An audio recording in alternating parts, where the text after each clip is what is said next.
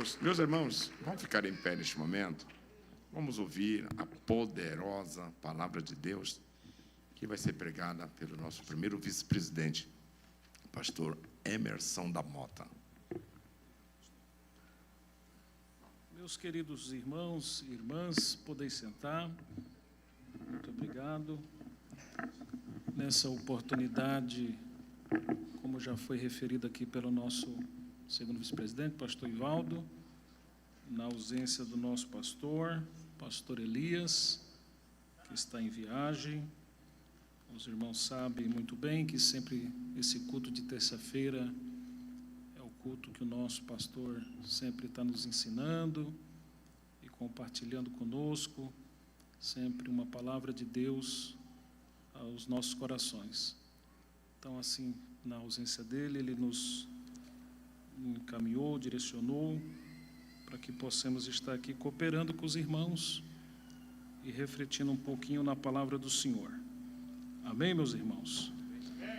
Vamos compartilhar o texto que já foi lido aqui pelo pastor Moacir, o Salmo 46,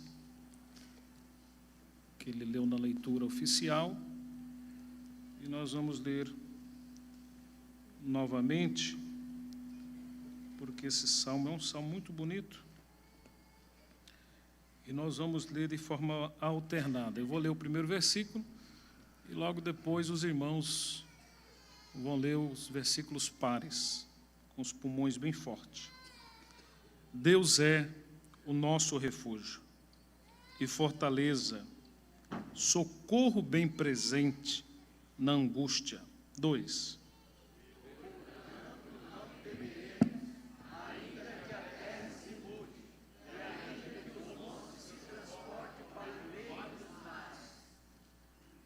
Ainda que as águas rujam e se perturbem, ainda que os montes se abalem pela sua braveza,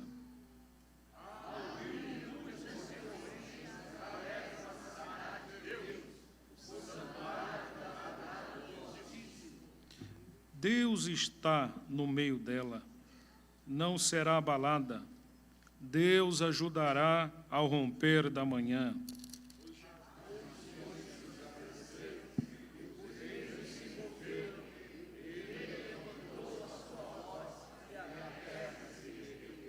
O Senhor dos Exércitos está conosco, o Deus de Jacó é o nosso refúgio.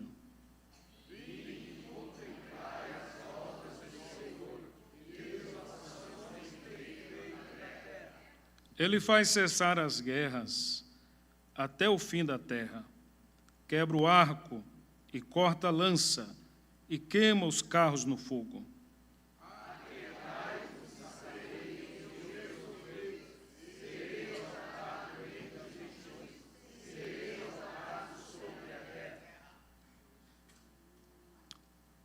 O Senhor dos Exércitos está conosco, o Deus de Jacó é o nosso refúgio. Amém?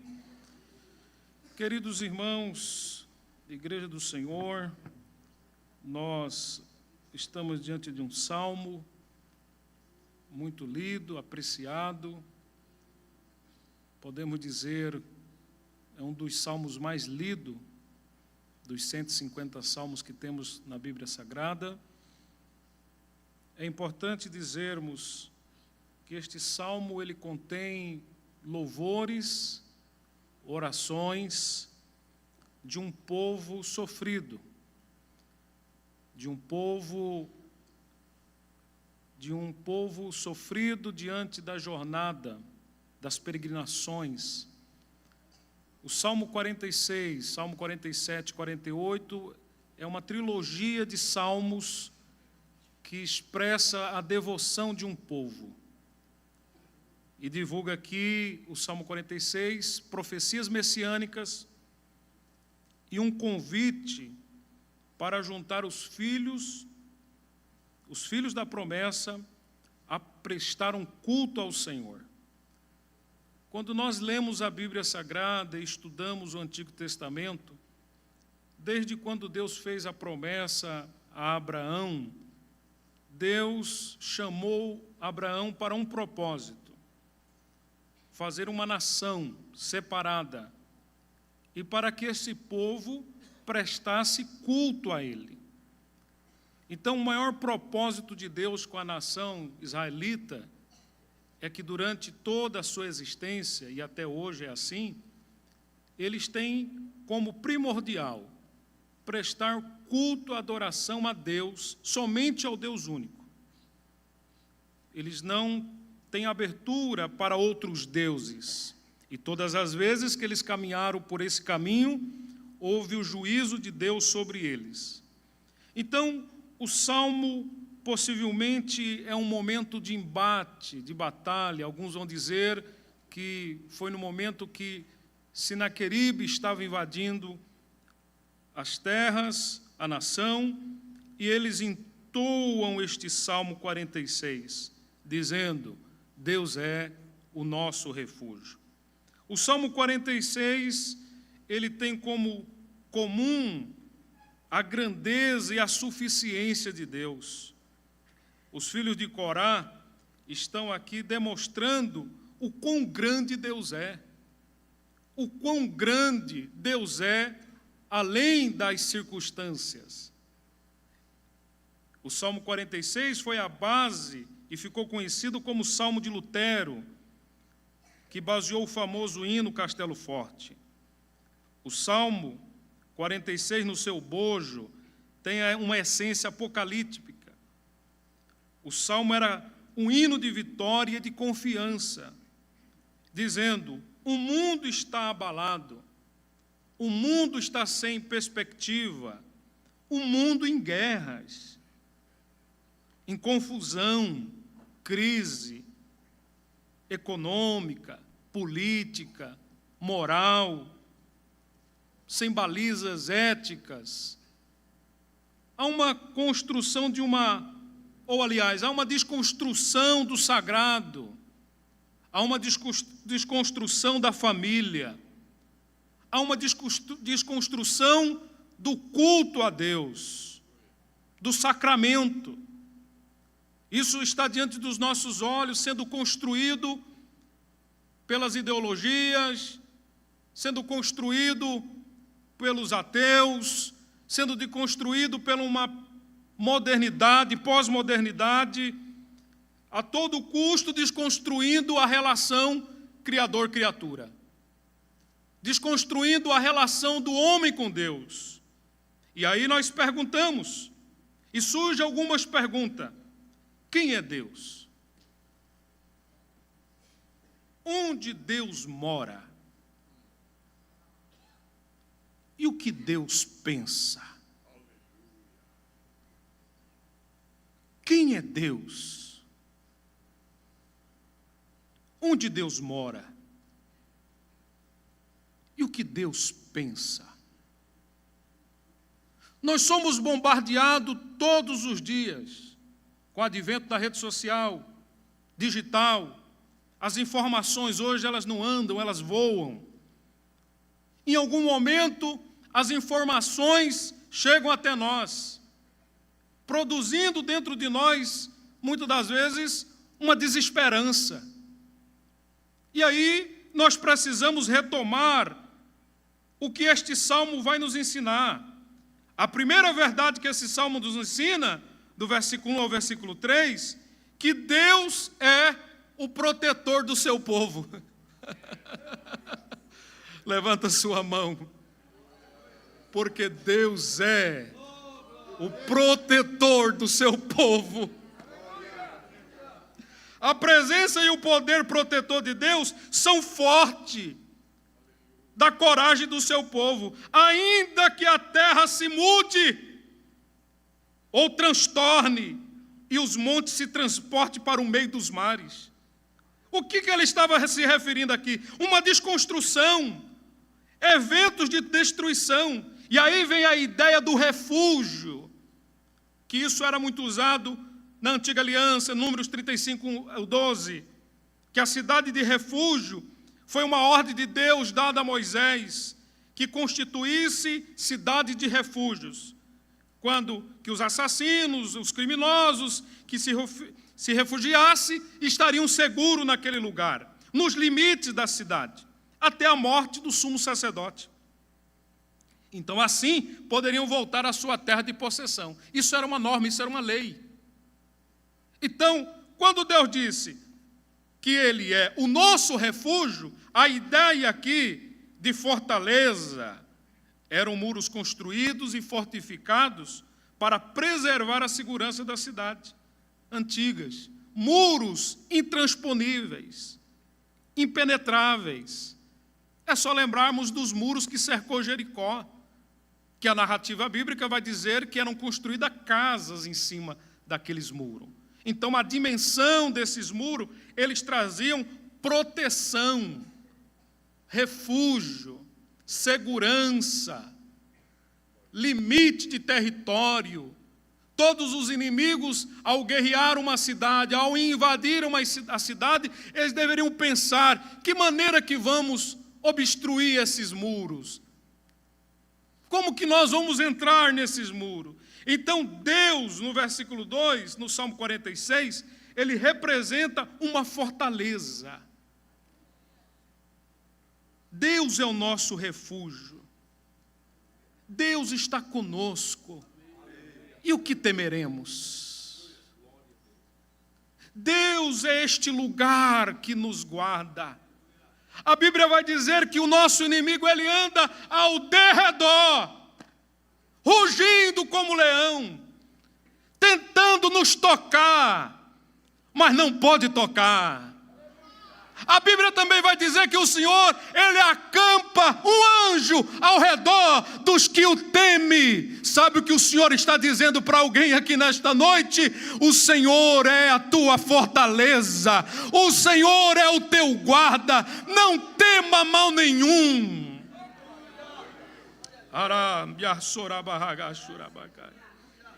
O versículo 3 trata de acontecimentos naturais que ninguém pode deter.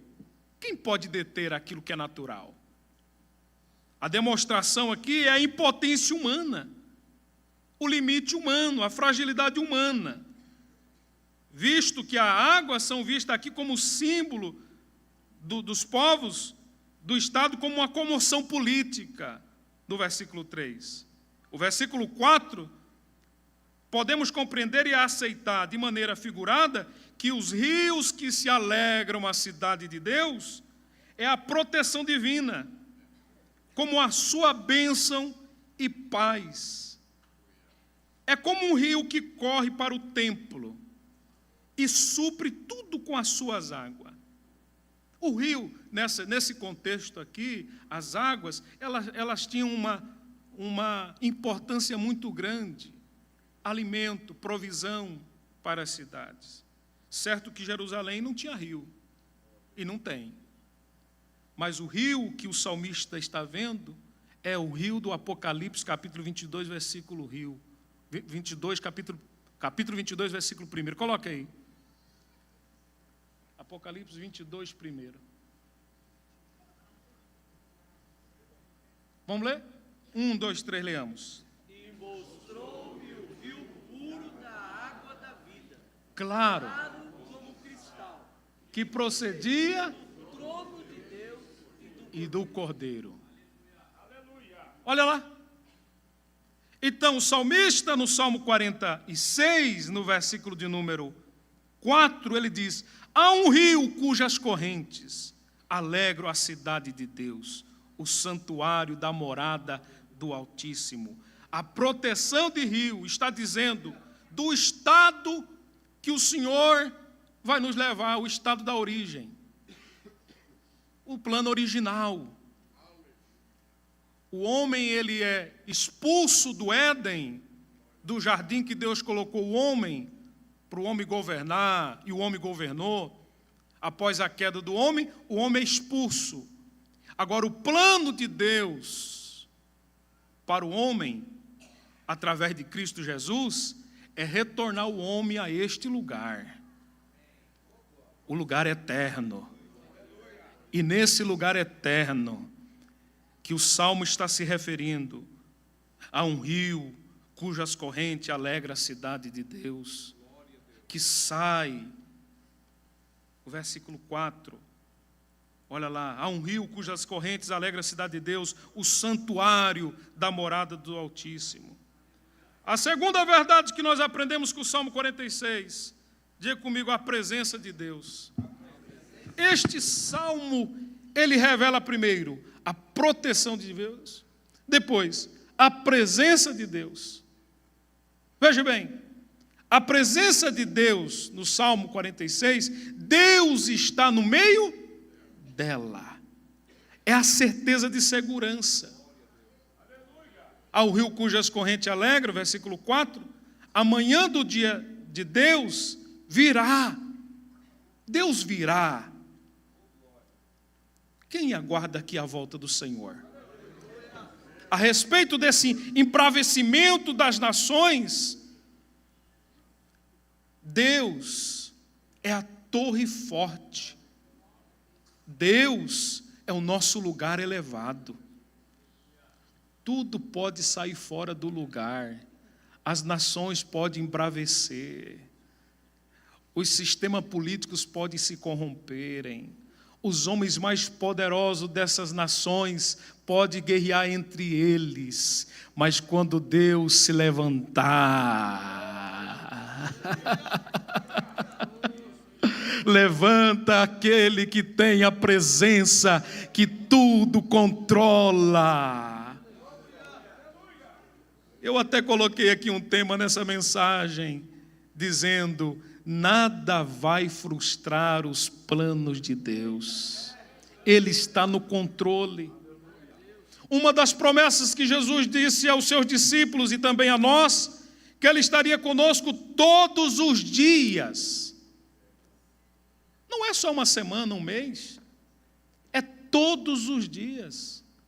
Normalmente naqueles dias que a gente passa, que a luta vem, que a dificuldade vem, que o intempérie chega, que o mar fica bravio, que a gente olha para um lado, olha para o outro, da onde vai vir o socorro, da onde vai vir a providência. Aí Deus que conhece todas as coisas, o Deus que conhece você, o Deus que conhece o passado, o presente e o futuro, que tem a história da civilização humana nas suas mãos, Ele diz para você: eu estou no controle de tudo. Confia, irmão, creia. O Salmo vai dizer: eleva os meus olhos para o monte, de onde me vem o socorro. Porque nós, seres humanos, que somos limitados e vulneráveis, se deparamos com algumas situações que fogem do nosso controle e se desesperamos. E aí perguntamos: cadê Deus? Onde está a presença de Deus? Jesus nos prometeu que estaria conosco todos os dias, todas as horas. Deus está com a gente. Esse salmo revela essa presença gloriosa. Esse salmo nos ensina que a presença de Deus nos transporta a viver algo sobrenatural. Quando desfrutamos da presença de Deus, que o Salmo está dizendo, pastor Carlinhos, nós vivemos algo sobrenatural.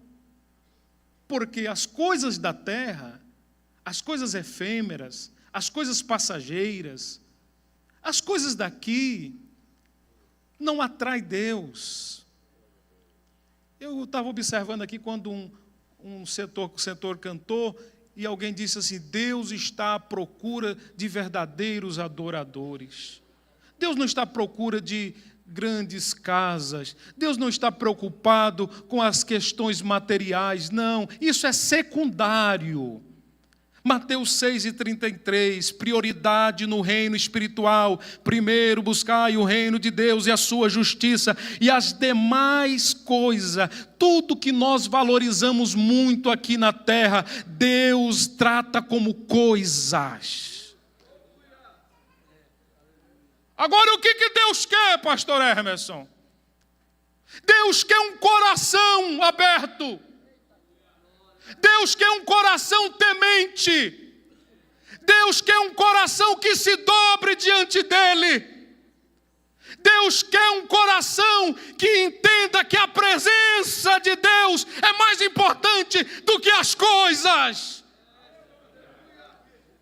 Davi, pastor Celestino, foi o homem que mais falhou, pecou. Está lá o currículo de Davi. Mas no Salmo 51 e no versículo 10, ele expressa o sentimento do âmago da sua alma, dizendo: cria em mim, ó Deus, um coração reto, um coração puro, e não retire de mim a tua presença. Arabá, xarabá.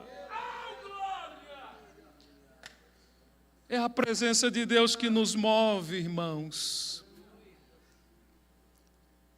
Davi entende isso ao chegar no momento mais crítico da sua vida. Não me retire da tua presença. Eu quero estar na tua casa. O âmago de Davi era estar, e boa parte dos salmos que nós temos foi atribuído a Davi, e Davi com seu coração de adorador. Um coração que move. E quando eu disse que essa presença nos leva a viver algo extraordinário, algo que transcende, é que nos tira das questões terrenas. Quanto de nós chegamos aqui, temos as nossas questões, os problemas diários, famílias, financeiros, profissões, tantas questões que estão ligadas às nossas vidas, mas quando nós adentramos esta casa, que é a casa de Deus, esse lugar que foi consagrado para servir a Deus, a presença de Deus através do poder da palavra, está neste lugar. Aí por isso está o resultado, que aqui quem entra doente sai curado, quem entra angustiado sai aliviado, quem entra preocupado sai com a resposta, até quem entra sem dinheiro sai com dinheiro, porque se crê no poder da palavra, Deus faz o milagre. É a presença, é a presença. O Salmo 46 nos ensina sobre a proteção, nos ensina sobre a presença de Deus, e ele nos ensina sobre o poder de Deus. O versículo 8 do Salmo 46: vinde contemprai as obras do Senhor, que desolações tem feito na terra. Ele faz cessar as guerras até o fim da terra. Quebra o aro que corta a lança, queima os carros no fogo. Aí o versículo 10: aquietai-vos. Deus está dizendo para alguém aqui hoje: aquietai-vos e sabei que eu sou Deus. Deus está dizendo para alguém: serei exaltado entre os gentios, serei exaltado sobre a terra. A tua vitória, a tua bênção, o milagre que você precisa, a porta aberta que precisa ser aberta, o Deus Todo-Poderoso vai agir. Eu encerro aqui. Que poder é esse?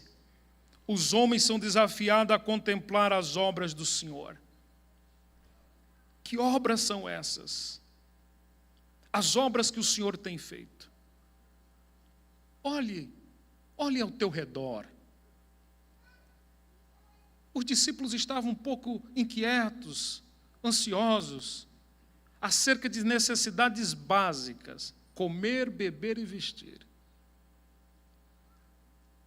3 anos e meio com Jesus. Alguns deles tinham largado as suas profissões seculares, suas empresas de pescas, né? E agora vamos seguir Jesus? Hein, Jordano? Quem vai dar comida para a gente? E Jesus já tinha dito isso para eles: o Filho do Homem não tem onde reclinar a cabeça. E aí? Vão comer o quê? Vamos beber o quê? Pastor Moacir, vamos vestir o quê?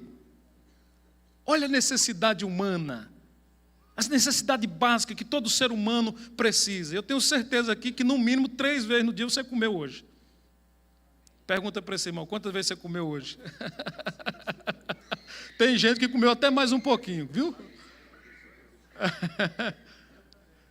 Olha para a roupa que você está vestindo agora. Olha o sapato que você está vestido agora. Olha aí. Foi esse exercício que Jesus fez para os discípulos. Jesus convidou eles, pastor Expedito: olhe para os lírios. Lírio é obra da criação de Deus. Lírio é obra da natureza. Jesus faz um convite para eles: dá uma olhadinha aqui no que eu já fiz. Antes de vocês nascer, antes de vocês, nem existia, não estava nem no plano, já existia lírios. Eu criei. Criei de que forma? Pelo poder. Poder do quê? Poder da palavra.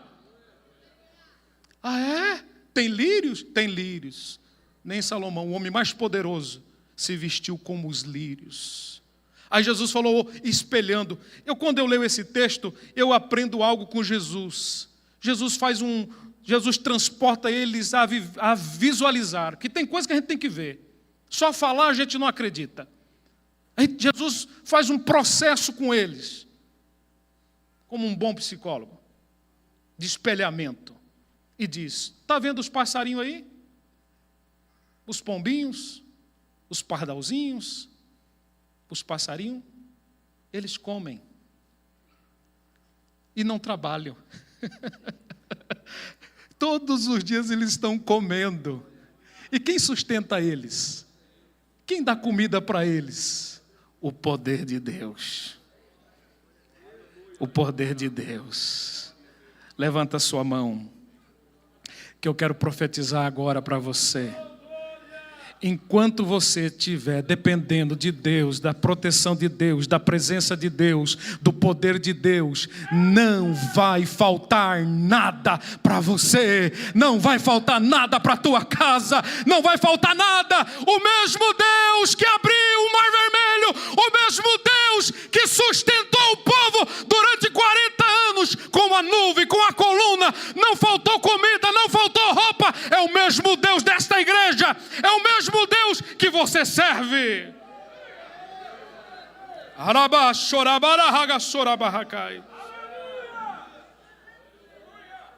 Não vai faltar nada. Deus está abrindo porta para a gente aqui hoje. Deus está trazendo mantimento para a gente aqui hoje. Jesus está curando gente aqui hoje. Irmão, para Jesus fazer não precisa de muita coisa. Quando você entrou de lá para cá e abriu o teu coração, abriu a sua necessidade, o poder de Deus já vai agindo em você. O poder da palavra. Receba aí o teu milagre pelo poder da palavra. Receba a porta aberta pelo poder da palavra. Os homens são desafiados a contemplar as obras do Senhor. Nos últimos dias, as guerras vão cessar. A resposta de tudo isso ao homem deve aquietar-se. O homem está muito avexado, irmãos. Muito inquieto. As pessoas estão num processo de adoecimento mental, psíquico, por causa da busca, ansiedade. E a ideia de ansiedade é aquilo que foge do nosso controle e acerca do futuro. A etimologia da palavra ansiedade significa estrangular. É alguém que está sempre estrangulado. E veja bem, e a gente tem domínio do futuro? Nós temos domínio do amanhã? Não. Eu estou vivendo hoje. E hoje Deus está cuidando de nós. Deus tem cuidado da sua igreja, Deus tem cuidado da sua família, Deus tem cuidado de você até hoje. Você não sabe amanhã. Tiago, na sua teologia, quando ele fala sobre essas questões do amanhã, ele diz: deveríamos perguntar e falar a Deus, se for a vontade de Deus, iremos e compraremos e negociaremos. A ideia que Tiago traz ali não é nada de ideia material, de ideia espiritual, são ideias materiais. Nós perdemos todo o nosso tempo com as questões materiais. Só que precisamos compreender é que a ordem é espiritual, é as questões espirituais que regem as materiais. E quando a gente inverte essa ordem, a gente sofre.